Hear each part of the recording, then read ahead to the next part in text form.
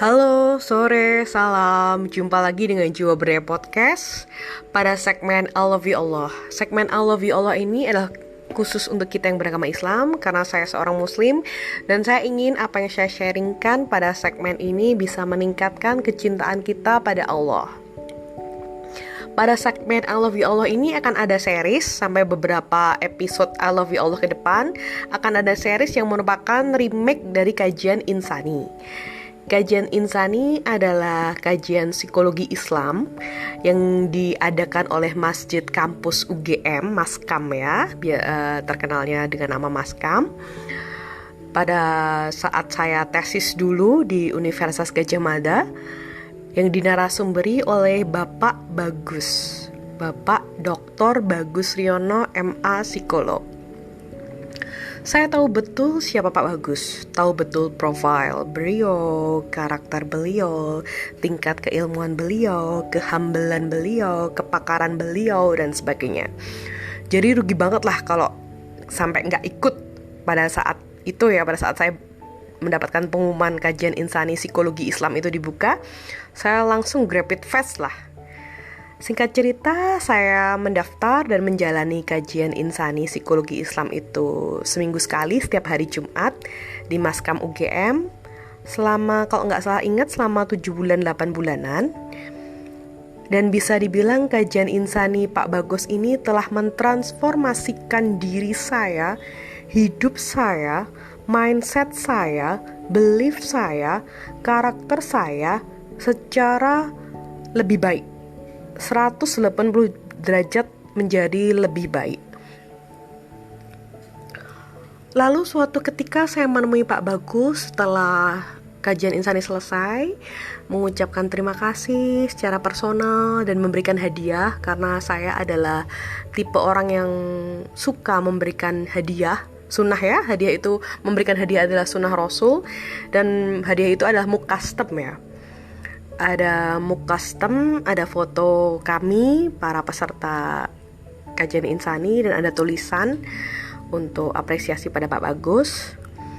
Pak Bagus alhamdulillah senang dengan apresiasi tersebut, namun malah ngasih saya PR dong.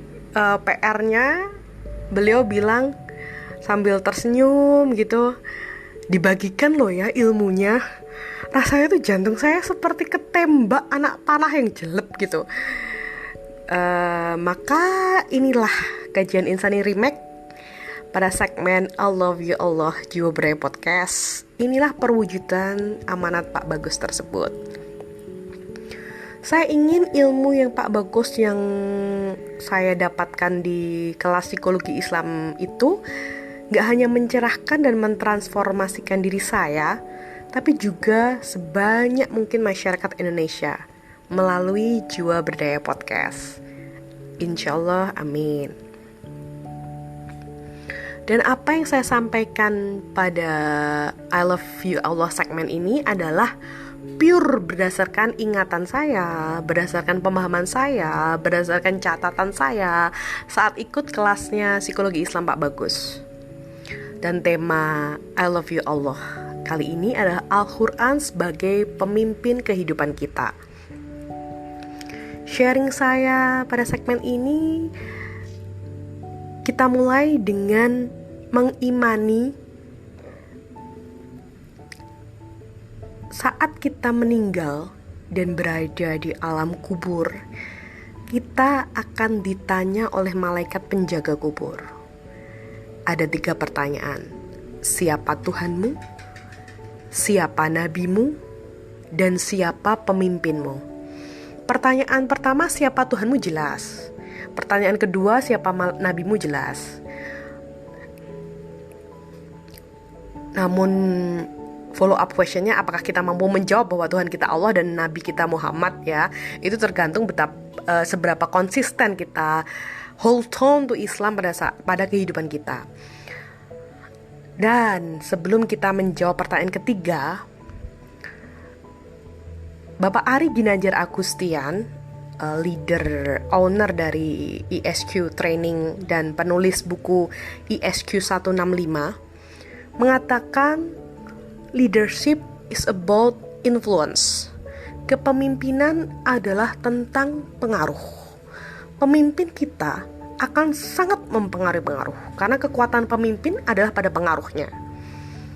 Lalu pertanyaannya, siapa atau apa yang paling mempengaruhi pola pikir kita, karakter kita, kebiasaan kita, etos kerja kita, sikap kita, omongan kita, dan seharusnya, semoga juga, jawabannya adalah Al-Quran. Harusnya kita menempatkan Al-Quran lebih dari sekedar panduan, yaitu sebagai pemimpin, sebagai semesta kita, sebagai core of universe kita. Kalau versi Pak Bagus dalam catatan saya, pertanyaan yang beliau ajukan adalah sejauh mana Al-Quran memberi pengaruh pada hidup Anda. Apakah hidup kita itu dipengaruhi Al-Quran pada perilaku kita, pada sikap kita, pada omongan kita, pada keputusan kita? Dan catatan saya yang saya capital, saya huruf kapital besar-besar dari statement Pak Bagus adalah, ini bukan sesuatu yang bisa ditunda-tunda lagi, tentang bagaimana kita memposisikan Al-Quran sebagai pemimpin kita. Saya kapital catatan saya itu. Mengapa? Karena umur manusia itu adalah misteri.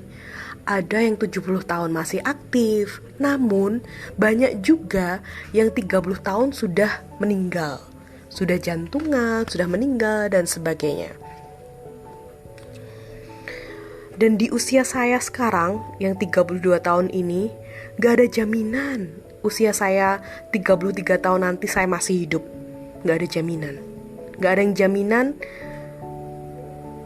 kita dapat hidup sampai usia 70 tahun, 80 tahun, gak ada jaminan.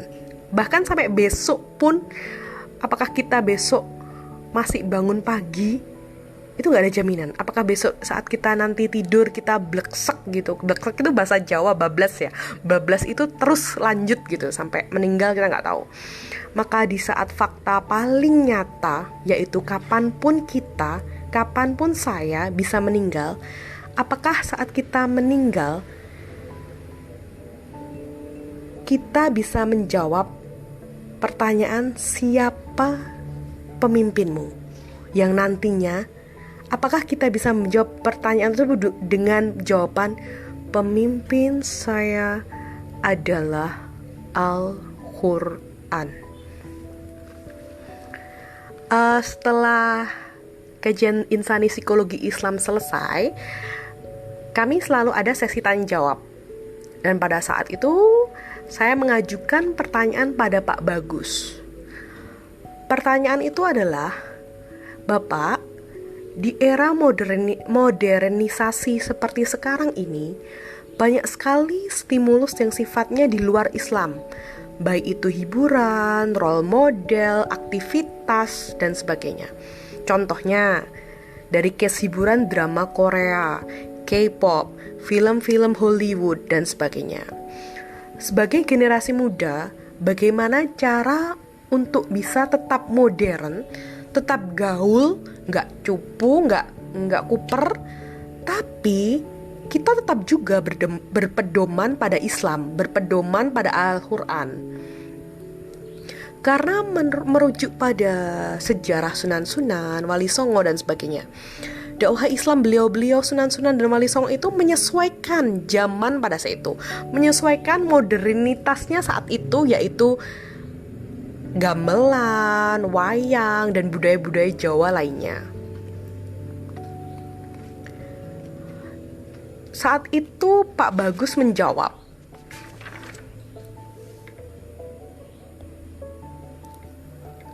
influence atau pengaruh itu tergantung seberapa jauh hal-hal ini. Yang pertama, ada 2 poin dari Pak Bagus yang saya catat. Yang pertama tentang modernitas dan Islamic matters. Influence atau pengaruh itu sejauh mana hal-hal modernisasi tersebut mempengaruhi kita. Apakah kita nggak bisa hidup tanpa thing atau hal-hal modernitas itu, apakah kita lebih memilih nonton drama Korea daripada ngaji?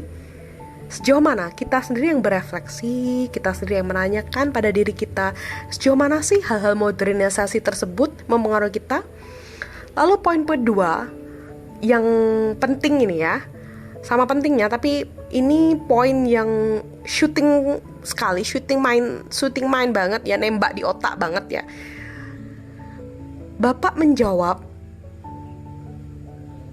selanjutnya perlu kita tanya pada diri kita, apakah hal-hal tersebut, modernitas tersebut atau stimulus apapun tersebut, kita standing positionnya atau posisi kita menjadi sebagai saksi atau sebagai korban.